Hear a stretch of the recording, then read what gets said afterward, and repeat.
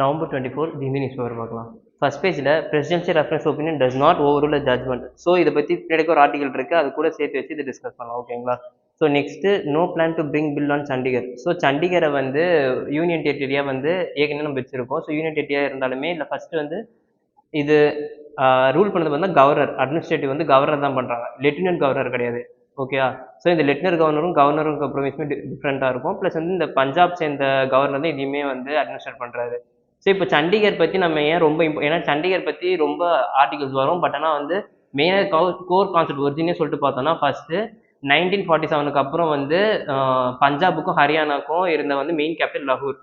ஆனால் லகூர் வந்து பாகிஸ்தானுக்குள்ளே போயிடுச்சு. இப்போ என்ன ஆச்சுன்னா பாகிஸ்தான் லகூர் போனதுனால இப்போ நமக்குன்னு சொல்லிட்டு பஞ்சாப் ரீஜன் சொல்லிட்டு ஐடென்டிஃபிகேஷன் கேபிட்டல் ஒன்று தேவை அப்படின்னு சொல்லும்போது ஜவஹர்லால் நேரு ப்ரொசீட் பண்ணிருப்பாங்க 1948 சண்டிகர்னு சொல்லிட்டு ஒரு டெவலப்டு சிட்டி நம்ம கிரியேட் பண்ணலாம் அப்படின்னு சொல்லிட்டு. ஸோ இந்த டெவலப் சிட்டியை சண்டிகரை 1953 டெவலப் பண்ணிட்டு கேபிட்டல் அனௌன்ஸ் பண்ணியிருப்பாங்க. அனௌன்ஸ் பண்ணிட்ட அப்புறம் 1956 ஸ்டேட் ரீஆர்கனைசேஷன் ஆக்ட் வந்திருக்கும். இந்த ஆக்டில் என்ன பண்ணியிருப்பாங்கன்னா திருப்பியும் பஞ்சாப் ஹரியானா தனி செப்பரேட் ஸ்டேட்டாக பிரிச்சிருப்பாங்க. ஹரியானால ஹிந்தி டாமினேஷன் பீப்புள்ஸாக இருப்பாங்க. ஸோ இப்போ இந்த ஹரியானா பஞ்சாபுக்கும் நடுவில் இருக்க ரீஜன் பார்த்தா சண்டிகர். ஸோ இவங்க ரெண்டு பேருமே வந்து எனக்கு தான் சண்டிகர் சொந்தம் அடிக்க ஆரம்பிச்சிட்டாங்க. இப்போ என்ன ஆச்சுன்னா கவர்மெண்ட் ரெண்டு பேருமே சொந்தம் இல்லை, ரெண்டு பேருமே ஒரே கேபிட்டல் சண்டிகர்னு வச்சுக்கோங்க அப்படின்னு சொல்லிட்டு. அப்போ லேட்டர் டைம்ஸில் கூட பஞ்சாபுக்கு அனெக்ஸ் பண்ணுற மாதிரி நிறைய கான்ட்ரவர்ஸ்லாம் போச்சு. பட் எதுவுமே நடக்கல. இப்போ ஸ்டில் ஏன் அந்த டாபிக் வருதுன்னு சொல்லிட்டு பார்த்தோம்னா சண்டிகர் வந்து ஒன் ஆஃப் தி பெஸ்ட் எதுக்குன்னு சொல்லிட்டு பார்த்தோம்னா வந்து கேபிட்டல் சிட்டி ஆஃப் பியூட்டின்னு சொல்லுவாங்க. அதை ரொம்ப பிளான்டாக ரொம்ப ப்ரீ பிளான்டாக வந்து நடந்திருக்கும். ஓகேவா? ஸோ இதனால தான் வந்து அந்த சண்டிகர் வந்து ரொம்ப இன்ட்ரெஸ்ட் பண்ணி பேசியிருப்பாங்க. இப்போ நெக்ஸ்ட் வந்து இது சென்சிட்டிவ் இஷ்யூவாக ஏன் இருக்குன்னா திருப்பி வந்து அங்கே கவர்னர் இருக்கிறதுனால பெட்டராக அட்மினிஸ்ட்ரேட் பண்ண முடியும். அந்த ஸ்டேட்டோட கண்ட்ரோல்லே இருக்க மாதிரி இருக்கும். இப்போ லெப்டினன்ட் கவர்னர் வந்துட்டா அது கம்ப்ளீட்டாகவே யார் கண்ட்ரோலில் போயிடும்னா யூனியன்ல போயிடும். ஸ்டில் யூனியன் டெரிட்டரி தான், பட் கவர்னர் தான் ரோல் ப்ளே பண்ணுறது. ஸோ அந்த மாதிரி இன்ஸ்டன்ஸ் வந்து இதுக்கப்புறம் வருமா அப்படின்னு சொல்லிட்டு பார்ப்போம். பட் ஆனால் இப்போதைக்கு இந்த பில்லை வந்து பாஸ் பண்ணலாம் அப்படின்ற மாதிரி கவர்மெண்ட் சொல்லியிருக்காங்க. அது ஃபியூச்சரில் பார்ப்போம். ஓகேவா? So next mind your administrative language says SC report. So இப்போது வந்து நம்ம போஸ்டிங்லாம் பார்த்தீங்கன்னா இந்த ஹைகோர்ட் வேகன்சியாக இருக்கட்டும், நிறைய கிளரிக்கல் போஸ்டிங்ஸாக இருக்கும், எல்லாமே வந்து சவுக்கிதார், அதுக்கப்புறம் வந்து அந்த நேம்ஸ் யூஸ் பண்ணுவாங்க. தோலி, கூலி, ஸ்கேவெஞ்சர், மசால்ச்சி அப்படின்னு சொல்லிட்டு ஒரு நேம் யூஸ் பண்ணுவாங்க. இது எல்லாமே என்னன்னா ஒரு கேஸ்டையோ ஒரு கம்யூனிட்டியோ குறிக்கிற நேம். ஸோ நம்ம இந்த போஸ்டிங் ரெக்ரூட்மெண்ட்லையோ இல்லை வந்து ஹைகோர்ட், சுப்ரீம் கோர்ட்டு இந்த மாதிரி பெரிய பெரிய ஜுடிஷியல் பாடிஸ் இருக்க போஸ்டிங் இடத்துலையுமே வந்து இந்த மாதிரி டேர்ம்ஸ் யூஸ் பண்ணுறது எந்த வகையில் வந்து ஒரு டெமோக்ரஸி ஈக்குவலிட்டியை ப்ரூவ் பண்ணுற மாதிரி இருக்கு. இது வந்து இன்இக்குவல் ட்ரீட்மெண்ட். ஒரு கம்யூனிட்டி நேம் ஸ்டில் யூஸ் பண்ணி ஏற்கனவே அந்த காலத்தில் இருந்த டீப் ரூட்டட் இன்இக்குவாலிட்டிஸை திருப்பியும் வந்து என்ஃபோர்ஸ் பண்ணுற மாதிரி இருக்கு. ஸோ இந்த லாங்குவேஜஸ்லாம் மாற்றணும்னு சொல்லிட்டு கடைசி சிஜிஐ ரிப்போர்ட் வந்து அதை இப்போ ரிப்போர்ட் சிஜிஐ போகிறாங்கல்ல, பாவே வந்து இப்போ இதுவாகிறாங்க, ரிலீவ் ஆகிட்டு இன்னொருத்தருக்கு வந்து ஓத்து எடுக்கிறாங்க. ஸோ இப்போ அது வந்து ரிப்போர்ட்டாக வந்து கொடுத்துருக்காங்க. இந்த மாதிரி நேம்ஸ்லாம் மாற்றுங்க, இன்இக்குவாலிட்டி வந்து இந்த லாங்குவேஜ்லையும் வந்து ப்ரொசீட் ஆகக்கூடாது, அதுக்கு டேர்ம்ஸ் லாங்குவேஜ்லாம் மாற்றுங்க அப்படின்னு சொல்லியிருக்காங்க. அவ்வளோதான். ஸோ இதுக்கப்புறம் பேஜ் நம்பர் 5 வந்து பார்த்தோன்னா க்ளோரியஸ் சாப்டர்ஸ் ஆஃப் நவே அயோத்தியா. ஸோ இதில் இருக்க இந்த எல்லா நேமு அதுக்கான மீனிங் என்ன பார்த்துருக்காங்க. சுகம்யா அயோத்தியா, அத்னிக் அயோத்தியா, ஸ்வச் அயோத்தியா, சுரம் அயோத்தியா, சன்ஸ்கிருதிக் அயோத்தியா, ஆத்தியாத்மிக் அயோத்தியா, ஆயுஷ்மான் அயோத்தியா அண்ட் சக்ஷன் அயோத்தியா. ஸோ இது எல்லாத்துக்குமே மீனிங் என்ன, மெயின்ஸில் லைட்டாக யூஸ் பண்ணிக்கலாம். ப்ளஸ் வந்து மீனிங் என்ன தெரிஞ்சிங்கன்னா ஃபிலிம் சொல்ல முடியாது, கேட்பாங்களா கேட்க மாட்டாங்களான்னு சொல்லிட்டு. மேபி யூபி சிவில் சர்வீஸ் எக்ஸாமில் இருந்து கேட்கறதுக்கு வாய்ப்பு இருக்குது, பட் ஆனால் யூபிஎஸ்சியில் கேட்கறதுக்கு வாய்ப்பு இல்லை. ஓகேவா? நெக்ஸ்ட் பேஜ் வந்து பார்த்தோன்னா எடிட்டோரியலில் the letter has won but the spirit has lost அப்படின்னு சொல்லியிருக்காங்க. ஸோ இப்போ வந்து இந்த ரெண்டு எக்ஸாம்பிள்ஸ் வச்சு பேசுகிறாங்க. எதனா வந்து ஆர்டிகல் 200 அண்ட் 201 என்னது, கவர்னர் வந்து power to hold the bill, reserve the bill, and 201 president action on that. இப்போ ரெண்டுமே வந்து என்னன்னா ஒரு பெரிய கான்ட்ரவர்சி. ஸோ இந்த கான்ட்ரவர்சியை வந்து இவங்க எப்படி அட்ரஸ் பண்ணுறாங்கன்னா ஃபர்ஸ்ட் வந்து ஆர் வெங்கட்ராமன் பிரசிடென்ட்டாக இருக்கும் போது யாருன்னா ராஜீவ்காந்தி, விபி சிங் இந்த மாதிரி வந்து பவர்ஃபுல்லான வில் பவர் உள்ள பர்சன்ஸ் இருக்கும்போது இருந்திருக்காங்க. ஸோ இந்த டைம்லுமே வந்து நிறைய டிசிஷன்ஸ் அவங்க ரிட்டர்ன் பண்ணியிருக்காங்க. இது எடுக்காதீங்க, இந்த டிசிஷன்ஸ் வேண்டாம்னு சொல்லிட்டு திருப்பியும் கேபினெட் ரிட்டர்ன் பண்ணியிருக்காங்க. அதை கேட்டும் நடந்திருக்காங்க.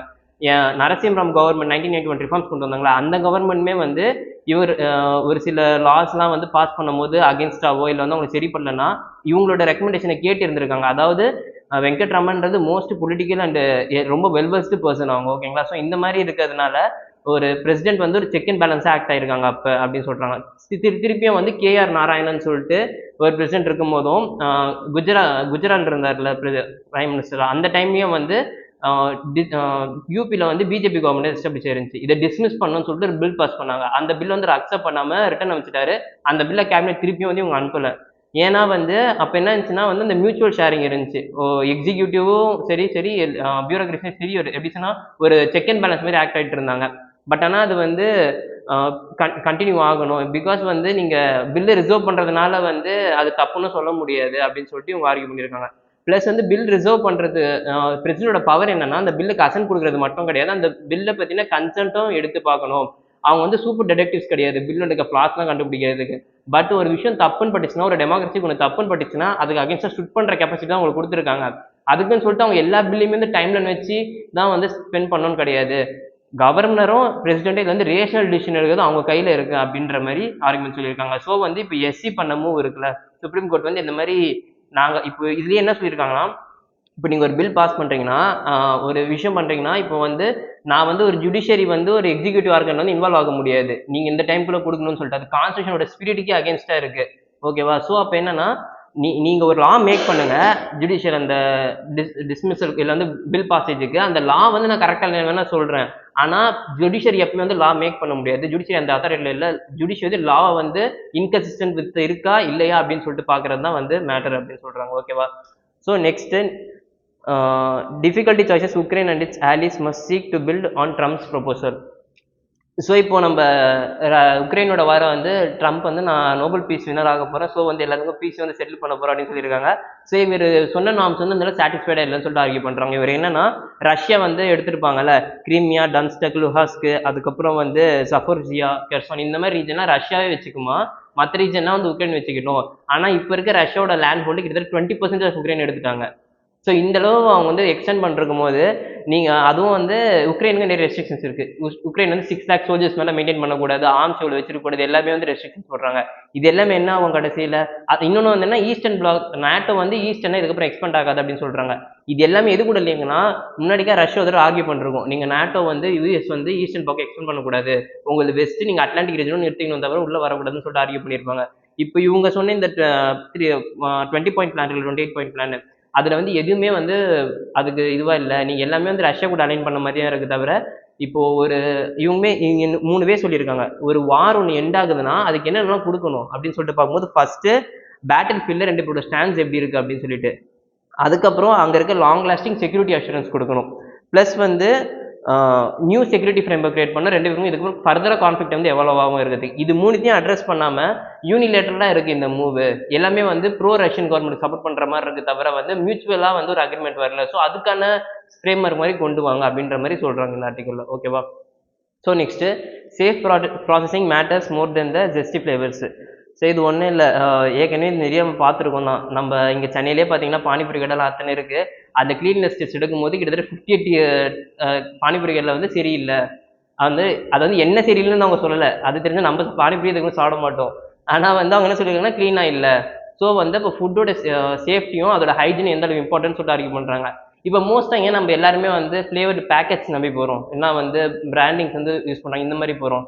மெயினான ரீசனே பார்த்தோன்னா அதில் வந்து என்னென்ன இன்க்ரீடியன்ஸ் போட்டிருக்காங்க, அது ப்ராசஸ் பண்ணுறது ப்ளஸ் டிரான்ஸ்பரன்சி, எங்கே ப்ராசஸ் ஸ்டார்ட் ஆகி எங்கே வரைக்கும் போகுது, கம்ப்ளீட் டேட்டாஸ் எல்லாமே இருக்கும். அதோட வேலிடிட்டி ப்ரூஃப் அதே மாதிரி எவ்வளோ வரைக்கும் எக்ஸ்பயர் ஆகும் எல்லாமே கொடுத்துருப்பாங்க.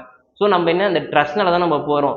ஸோ இந்தியா வந்து எப்படிப்பட்ட ஒரு கண்ட்ரின்னு சொல்லிட்டு பார்த்தோன்னா ஃபுட் டைவர்சிட்டி, ஏகப்பட்ட டைவர்சிட்டி. நீங்கள் தமிழ்நாட்டில் பார்த்து கேரளாவிலேருந்து யூபி வரைக்கும் எல்லா டிஷ்ஷும் டேஸ்ட் பண்ண முடியும். அண்ணா நகர் நைட் ஒரு 11 மணிக்கு மேலே போனீங்கன்னா போதும், ஃபுல்லாகவே வந்து அந்த ஃபுல்லாக ஃபுட் பார்க் தான். எங்கேயுமே வந்து நீங்கள் வண்டி சும்மா நின்று போயிட்டே இருக்கலாம், அவ்வளோ ஃபுட் பார்க்ஸ் இருக்குது. ஓகே சார், அது எல்லாமே என்னென்னா சும்மா இது ரீஜன் ஸ்பெசிஃபிக்காக சொல்கிறேன். சென்னையில் அவ்வளோ ஸ்பேஸ் இருக்குது, மயிலாப்பூர், மண்ணடி, இந்த மாதிரி நிறைய பிளேசஸ் இருக்குது, எல்லாமே இந்த ஃபுட் பார்க்கு ஃபேமஸ். அப்போ என்னது அவங்க வந்து இந்த மாதிரி கல்ச்சர் டைவர்சிஃபைடான ஒரு கண்ட்ரியில் அப்போ நம்ம எதுக்கு ஃபோர்ஸ் பண்ணோம்னா வந்து ஹைஜீனிட்டை ப்ரொமோட் பண்ணுற மாதிரி கொடுக்கணும் தவிர நம்ம வந்து ஹைஜீனிட்டி மறைக்கக்கூடாது. அதே மாதிரி வந்து அவங்களுக்கு டிரான்ஸ்பரன்சி கொடுக்கணும், ட்ரைனிங் கொடுக்கணும். அதுக்கு என்ன பண்ணலான்னா பிரிஹான் மும்பை முனிசிபல் கார்பரேஷன் வந்து என்ன பண்ணியிருக்காங்கன்னா ஸ்ட்ரீட் வெண்டார்ஸ் இருக்காங்களா, என்ன ஸ்ட்ரீட்டில் இந்த மாதிரி சேல் பண்ணுறாங்கன்னா அவங்க எல்லாத்துக்குமே கூட்டு போயிட்டு ஒரு ஃபுட்டை ஹைஜீனாக எப்படி ரெடி பண்ணுறது அதுக்கான ட்ரைனிங் கொடுத்து அதுக்கப்புறம் அவங்களை அமைச்சிருக்காங்க. இது மூலியமாக என்ன ஆகுதுன்னா வந்து இன்னும் பெட்டரான ஃபுட் குவாலிட்டி ப்ளஸ் வந்து நம்மளோட கல்ச்சரல் டைவர்சிட்டி குறையாமல் ஃபுட் டைவர்சிட்டியும் வந்து மெயின்டைன் பண்ணிவிட்டு நம்மளோட எல்லா டைப் ஆஃப் ஃபுட்டையும் டேஸ்ட் பண்ணுறதுக்கு ஒரு ஆப்பர்ச்சுனிட்டி நம்மளுக்கு கிடைக்கும். ஸ்டில் வந்து நம்ம இப்போ ரீசெண்டாகவே சொல்லியிருக்கேன், ஏன்னா கிட்டத்தட்ட 100 மில்லியன்ஸ் ஆஃப் பீப்புள்ஸ் வந்து ஃபுட் பாய்சன் இந்த மாதிரி வெளியே சாப்பிட்ட ஃபுட்ஸ்னால அஃபெக்ட் ஆகுறாங்க. அதுவும் இல்லாமல் கிட்டத்தட்ட வந்து மோர் தென் 29 டெத்ஸுக்கு மேலே நடந்திருக்கு. இது எல்லாமே வந்து ரொம்ப ஹார்ம்ஃபுல்லான விஷயம். ஸோ வந்து ஃபுட் ஒரு இம்பார்ட்டன்ட் கன்சர்னு, அதை ரொம்ப ப்ராப்பராக மெயின்டைன் பண்ணணும் அப்படின்னு சொல்றாங்க. Next the future of health lies in harmony. So இங்கே என்ன சொல்றாங்கன்னா, ஹெல்த் வந்து எப்பவுமே ஹியூமனிட்டிக்கும் நேச்சருக்கும் ஹார்மோனியஸே இருந்தால் தான் அது வந்து நமக்கு வந்து பெட்டராக வந்து அவுட்புட் கொடுக்கும் அப்படின்னு சொல்றாங்க. ஸோ இப்போ என்னன்னா, ஃபர்ஸ்ட் இப்போ வேர்ல்ட் ஹெல்த் ஆர்கனைசேஷன் இருக்குல்ல, அவங்க என்ன சொல்லியிருக்காங்கன்னா 90% ஆஃப் வந்து countries own own native indigenous medicines வந்து ஃபாலோ பண்றாங்க, ஆயுர்வேதிக் மெடிசன்ஸை ஃபாலோ பண்றாங்க அப்படின்னு சொல்லிட்டு. ஸோ இந்த ஆயுர்வேதிக் மெடிசன்ஸ் வரும்போது ஆயுஷ் நம்மளதை பொறுத்த வரைக்கும் ஒன் ஆஃப் த டாப் செக்டரா இருக்கு. 43.4 பில்லியன் கெப்பாசிட்டி உள்ள ஒரு செக்டரா இருக்கு. ஸோ இதில் என்னென்ன டைப்ஸ் ஆஃப் மெடிசன்ஸ்லாம் வரும், ப்ளஸ் வந்து குளோபல் ஹூஸ் வந்து குளோபல் ட்ரெடிஷனல் மெடிசன் சென்டர் இருக்குல்ல, அதுவுமே வந்து நாலேஜ் ஹப் மாதிரி சர்வ் பண்ணிட்டு இருக்கு. ஸோ ட்ரெடிஷ்னல் மெடிசன்ஸை ரொம்ப எஃபெக்டிவாக யூஸ் பண்ணால் இன்னுமே வந்து பெட்டராக வந்து நம்ம நிறைய விஷயம் ஹேண்டில் பண்ண முடியும்னு சொல்லிட்டு இந்த ஆர்டிகல் ஆர்கியூ பண்ணுறாங்க. நெக்ஸ்ட் வந்து இது நிறைய விஷயம் நோட் பண்ணியிருக்காங்க. ஃபார் எக்ஸாம்பிள் ஆயுஷ் சிஸ்டம்ஸ்க்கு வந்து ஐஎஸ்ஓ கொடுத்துருக்காங்க. அது என்ன சர்டிஃபிகேஷன் தயவு செஞ்சு பார்த்து வச்சுக்கோங்க, கேட்கறதுக்கு நிறைய சான்சஸ் இருக்கு. ஐஎஸ்ஓ TC249 அண்ட் SC2 அப்படின்னு சொல்லிட்டு கொடுத்துருக்காங்க.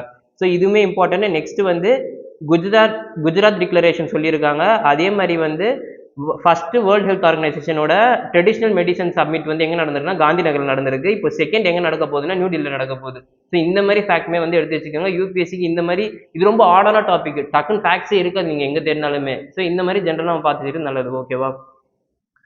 ஸோ நம்ம நெக்ஸ்ட் வந்து பேஜ் நம்பர் 10ல் PM call for global compact in AI to prevent misuse. So AI பற்றி நம்மளுக்கு எல்லாமே தெரியும். So government Indian AI mission சொல்லிட்டு லான்ச் பண்ணியிருக்காங்க, அதை மட்டும் பார்த்துக்கோங்க. அண்ட் தென் ஏஐ இம்பாக்ட் சப்மிட்னு சொல்லிட்டு பிப்ரவரியில் வந்து கவர்மெண்ட் வந்து எடுத்து ஷேர் பண்ண போகிறாங்க. அது எங்கன்னா நம்ம இந்தியாவில் நடக்குது.